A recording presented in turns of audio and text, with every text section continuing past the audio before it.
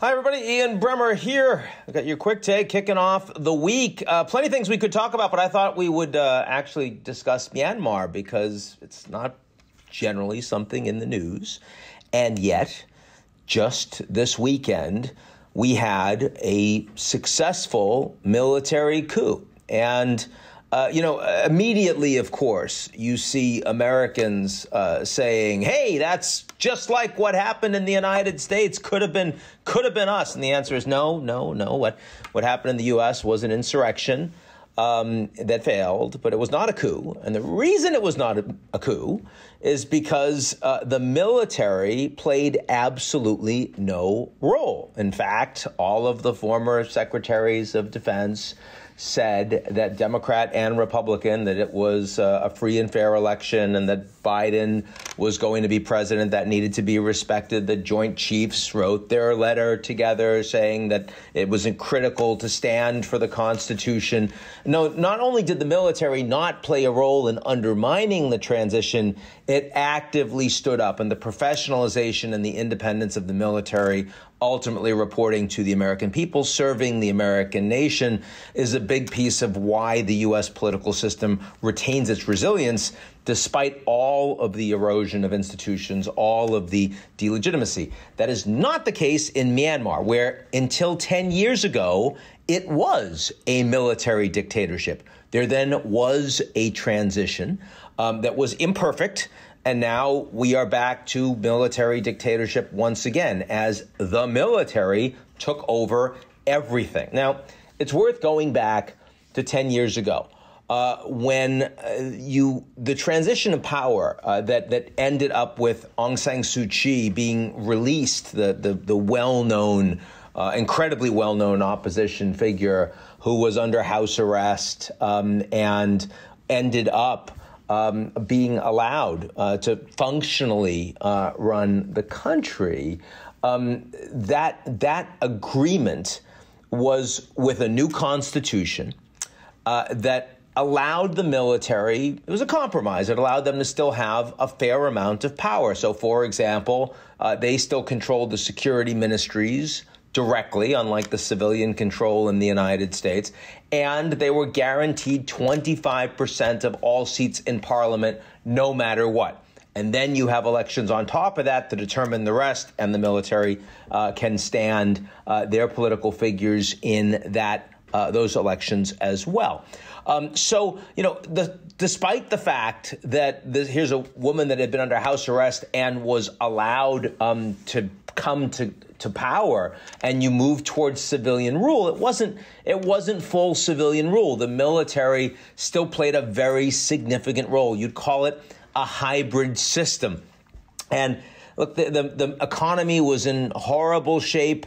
There was hope on the part of the military that by allowing a transition that the country would do better economically and they could also make more money themselves, and there would be some liberalization. So all of that is what we saw over the last 10 years, generally welcomed by the United States and the Obama-Biden administration at that point.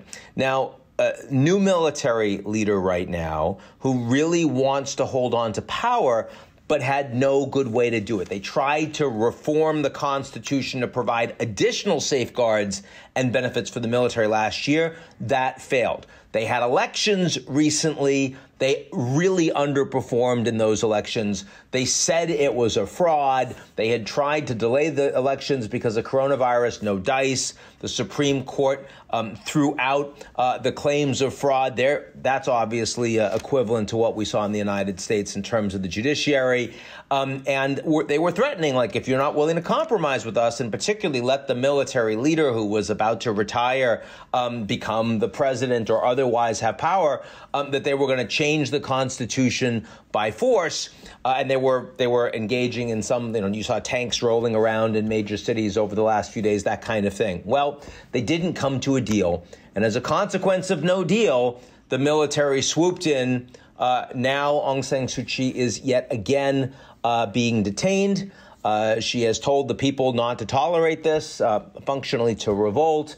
But the other leaders of her party also being detained. So too many members of the local media, Media has been taken over by the military, means of communication temporarily shut down.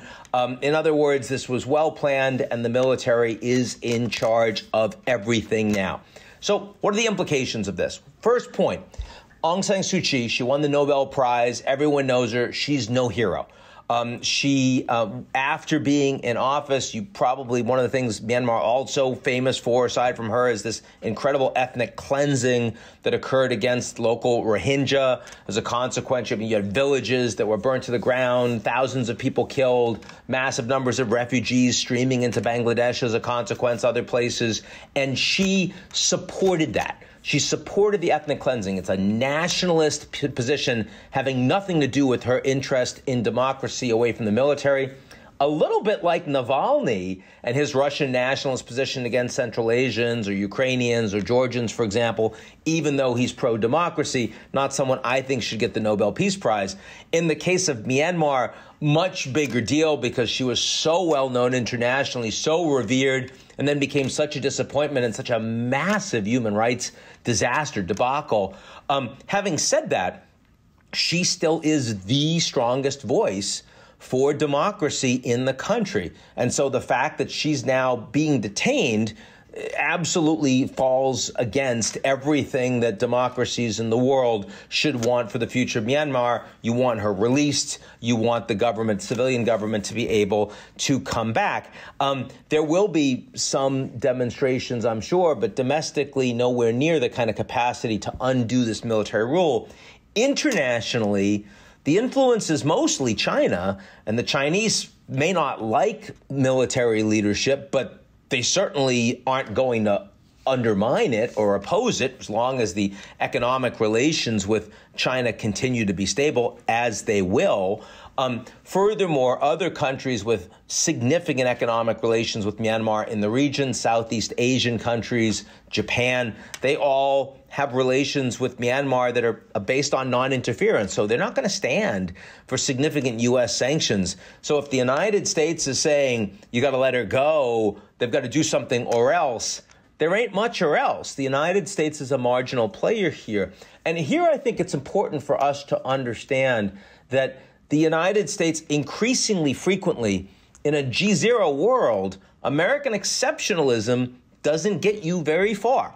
So in the United States, whether it's saying the North Koreans can't have nukes or else what? Well, they're a nuclear power.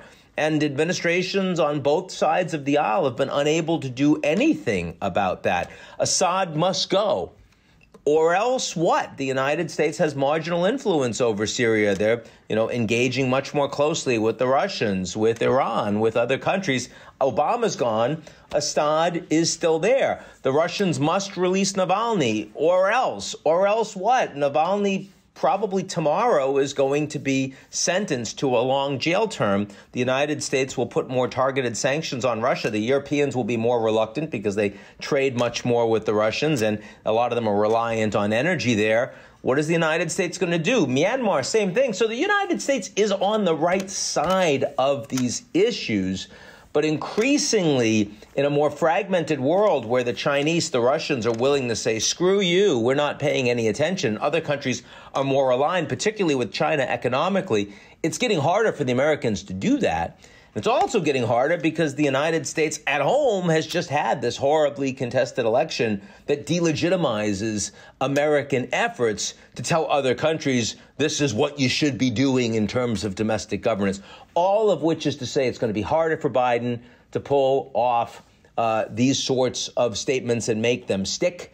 It makes it more compelling for the Americans to engage multilaterally and not make these announcements themselves, but have a large number of allies on board, strengthen numbers, but also coordination in terms of what values really will stick, as opposed to those the Americans care about, but nobody else really does.